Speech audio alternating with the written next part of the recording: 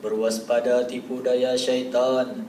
Innal hamdalillah nahmaduhu wa nasta'inuhu wa nastaghfiruh wa natubu ilaih wa na'udzu billahi min shururi anfusina wa sayyiati a'malina.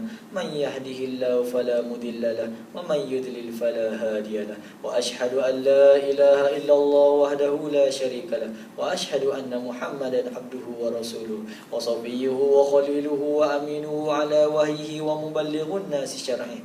Fa salawatullah wa salamu alaihi wa ala alihi wa ashabihi ajma'in.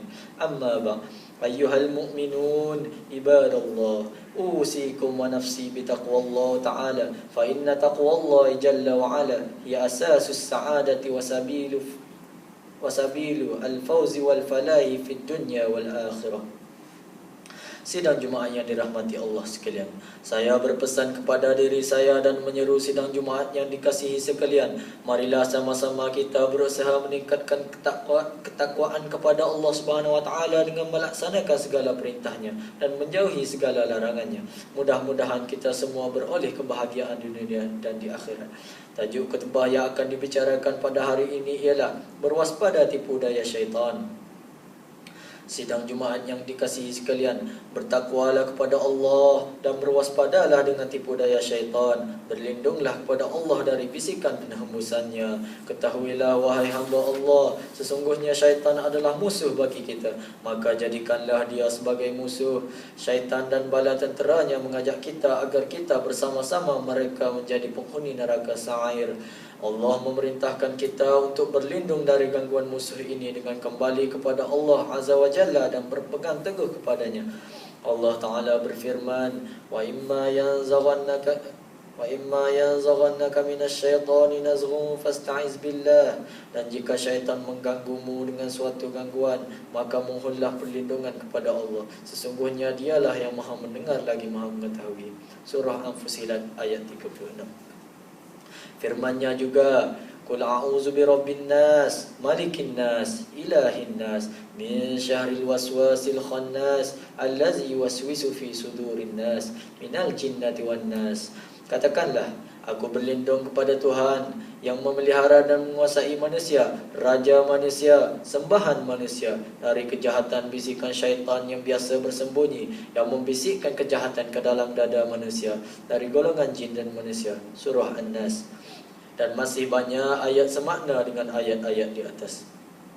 Sidang Jumaat yang dikasihi sekalian, syaitan memiliki jalan yang ia tempuh untuk mempengaruhi seorang Muslim, lalu menghalangi mereka dari agama Allah, melalaikan dari ketaatan dan memalingkannya dari jalan yang benar dan diredai.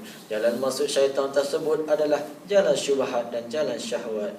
Pertama, jalan masuk syahwat, iaitu apabila syaitan melihat seorang Muslim condong dan mencintai kemaksiatan, lalu syaitan menghiasi maksiat tersebut di hadapan sang hamba agar ia memperturutkan syahwat hawa nafsunya dan memalingkan dari ketaatan kepada Rabb-Nya.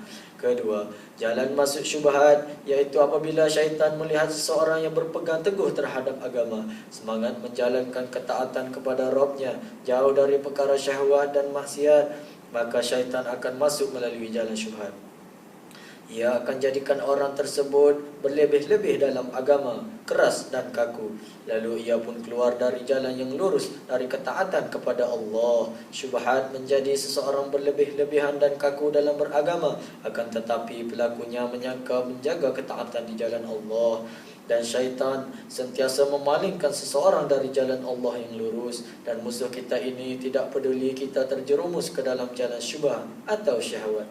Kedua cara ini akan mereka gunakan. Yang penting, manusia boleh dipalingkan dari ketaatan menuju kemaksiatan dan dari jalan yang benar menuju penyimpangan.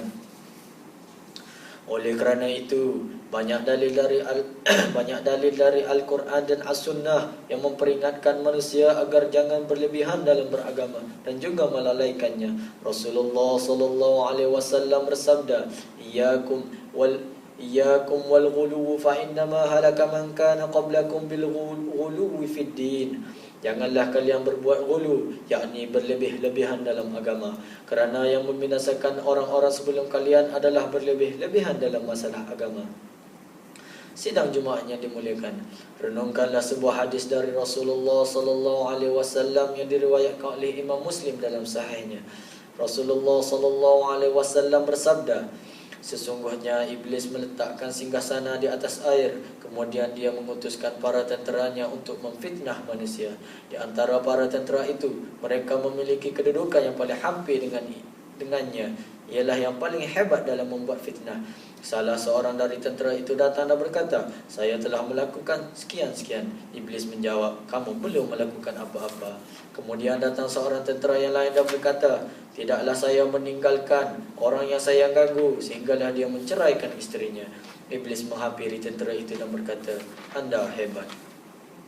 Lihatlah wahai hamba Allah, bagaimana pasukan-pasukan iblis itu berlomba-lomba mewujudkan ambisi mereka, menghalangi manusia dari agama Allah dan memalingkan mereka dari ketaatan, baik dengan bentuk derhaka kepada orang tua, memutuskan silaturahim, membuat kerosakan dan kesesatan, membunuh dan melakukan kekacauan, atau perbuatan-perbuatan rosak lainnya yang mereka hiasi di mata manusia. Sidang Jumaat yang dimuliakan, pada hari yang mulia ini, mimbar menyeru sidang Jumaat dan seluruh umat Islam sekalian, marilah sama-sama kita menjadikan Islam sebagai panduan dalam seluruh kehidupan dengan memperkasa akidah umat Islam.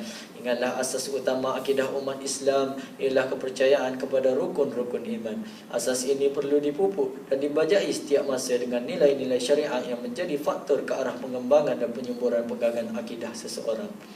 Oleh sebab itu, memperkasakan akidah dan keimanan kepada Allah Subhanahu Wa Taala adalah satu tanggungjawab ke atas setiap Muslim. Keimanan yang teguh dan kuat mampu menghindarkan diri dari terjebak dengan sebarang perkara khurafat dan dari fahaman yang menyeleweng. Umat Islam yang kuat akidahnya sentiasa berusaha mencari dan meningkatkan pengetahuan agama diri masing-masing agar tidak terpengaruh dan terikut-ikut dengan ketaksuban setengah pihak yang akhirnya membawa pemahaman yang batil. Marilah sama-sama kita meletakkan perhambaan kita kepada Allah Subhanahu Wa Taala dalam segenap kehidupan dengan menjaga akidah kita daripada terpesong jauh dari landasan yang digariskan oleh Allah Subhanahu Wa Taala. Akhir sekali, marilah kita merenung firman Allah Subhanahu Wa Taala dalam surah An-Nisa ayat 136 yang bermaksud, wahai orang-orang yang beriman, tetapkanlah iman kamu kepada Allah dan Rasulnya dan kepada kitab Al-Quran yang telah diturunkan kepada Rasulnya, yakni Muhammad sallallahu alaihi wasallam, dan kitab-kitab suci yang telah diturunkan dahulu daripada itu. Dan sesiapa yang kufur, ingkar kepada Allah dan malaikat-malaikatnya dan kitab-kitabnya dan rasul-rasulnya dan juga hari akhirat, maka sesungguhnya ia telah sesat dengan kesesatan yang sejauh-jauhnya. Barakallahu li wa lakum bil Qur'anil azim wa nafa'ani wa iyyakum bima fihi minal ayati waz zikril hakim wa taqabbala minni wa minkum tilawatah innahu was-sami'ul alim. Aqulu qawli hadza wa astaghfirullahal azim li wa lakum wa lisairil muslimina wal muslimat wal mu'minina wal mu'minat al ahya'i minhum wal amwat fastaghfiruhu innahu huwal ghafurur rahim.